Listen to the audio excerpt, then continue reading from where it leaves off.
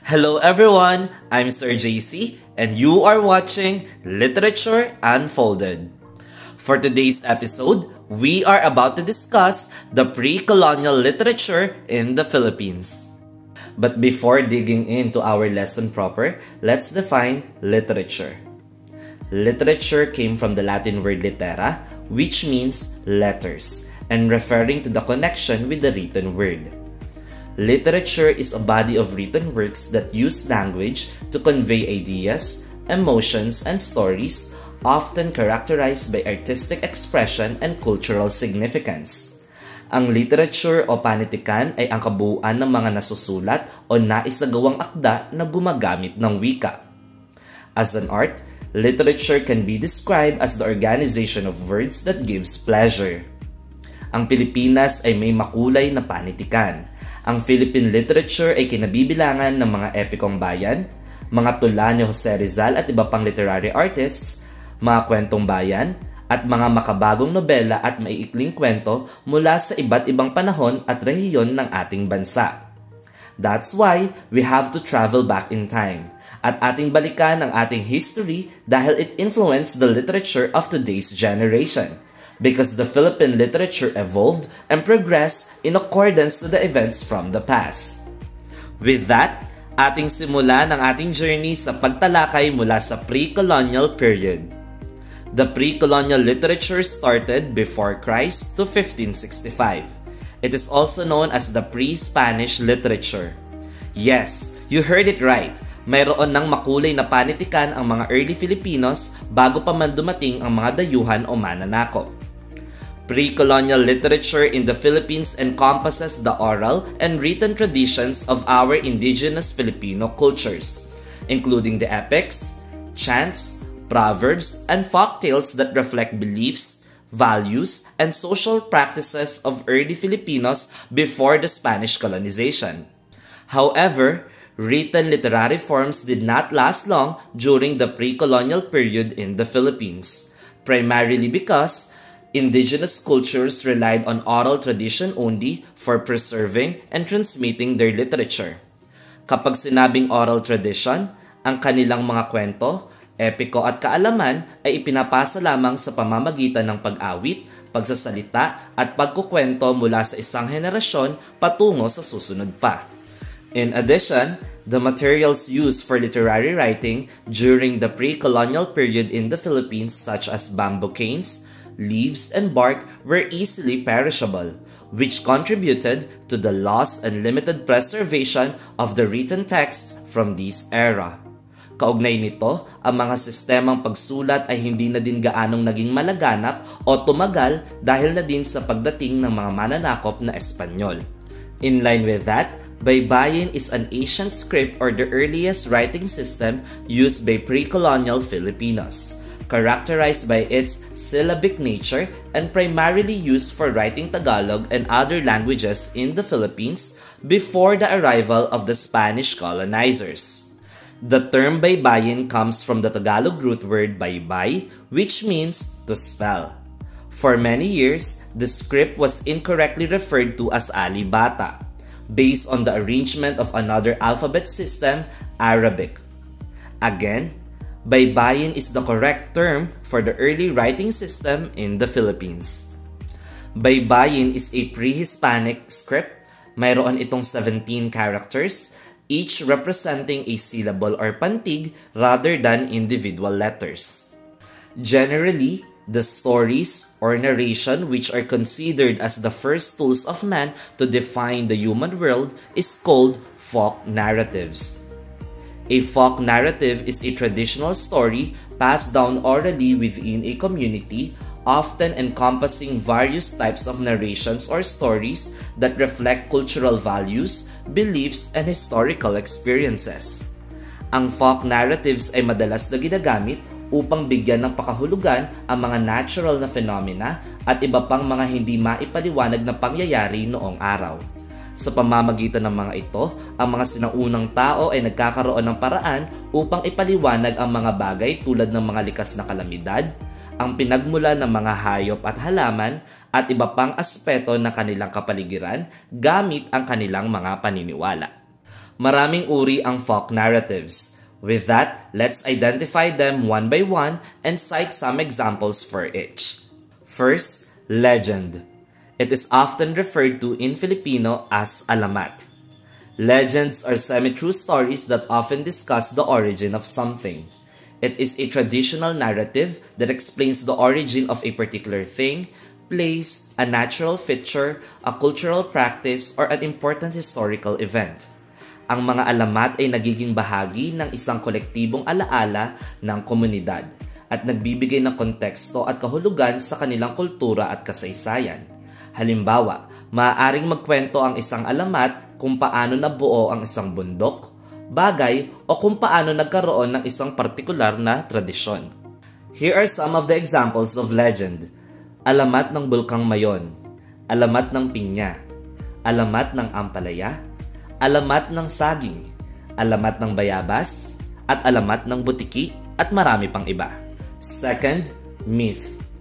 It is based on tradition or legend which explains some natural or social phenomenon involving supernatural beings. A myth is a traditional story about a natural phenomena or the customs and traditions of a culture, often involving or highlighting the gods, deities, and supernatural creatures, and serves to convey deeper truths and values within a society. Here are the common supernatural beings from the Philippine literature. Manananggal, Diwata, Aswang, Tikbalang, Tiktik, Duwende, and White Lady. Third, folktale. It is a story that was passed on in spoken form from one generation to the next, usually with an unknown author and with various versions. Folktale often refers to kwentong bayan. These are used to entertain, teach morals, and reflect cultural values and beliefs. Ang mga kwentong bayan ay madalas na may iba't ibang bersyon sa bawat rehiyon o komunidad. At dahil sa kanilang oral na paglipat mula sa isang henerasyon patungo sa susunod, kadalasang hindi nakilala ang mga original na author nito. Examples of folktales. Bakit mataas ang langit? Bakit mas maliwanag ang araw kaysa buwan? And many more. Fourth, fable. It is a story that features animal characters that behave like people. A fable is a short story typically featuring animals with human traits that conveys a moral, lesson, or practical advice. Ang pabula ay uri ng kwentong pambata at madalas na ginagamit sa mga aralin sa paaralan at sa mga pagsasanay sa mga bata upang ipahayag ang mahalagang prinsipyo at asal. Common examples of fables are Si Langgam at si Tipaklong, Ang Daga at ang Leon, Ang Kuneho at ang Pagong, Ang Lobo at ang Kambing, Ang Palaka at ang Kalabaw, at marami pang iba. Fifth, folk song. It is a folk lyric which expresses the hopes and aspirations, the people's lifestyles, as well as their loves. A folk song is a traditional musical piece that reflects the cultural heritage, values, and experiences of a community and characterized by simple melodies and lyrics that convey everyday life. Ang kantang bayan ay karaniwang naglalaman ng mga tema tulad ng pag-ibig, kalikasan, buhay sa bukirin, at mga ritual. Ang mga ito ay madalas na ginagamit sa mga pagdiriwang at pang-araw-araw na gawain at nagpapahayag ng kolektibong karanasan at damdamin ng isang komunidad. Sa Pilipinas, ang mga kantang bayan ay may iba't ibang anyo na naglalarawan ng iba't ibang aspeto ng buhay at kultura ng bansa. Tulad ng Kalusan. These are work songs tulad ng Magtanim ay Di Biro. Hele o Oyayi or Lullaby. Tagulaylay, Songs for the Dead. Kumintang, War Songs. Kundiman, Melancholic Love Songs. At Subli, Dance Ritual for Marriage and Courtship. 6. Epic. Epic is considered ethno-epic because it is related to histories of various ethnic groups. It refers in Filipino as epikong bayan o epiko. These are narratives of sustained lengths. Ang mga epiko ay mahahabang tula o kwento which highlights heroes with unbelievable strength and features their adventures and victories against their enemies. Mahahaba ang epiko dahil sa detalye at pagbuo ng masalimuot na kwento at pagtalakay sa karakter at sinaunang lipunan. Here are some examples of the notable epic stories in the Philippines.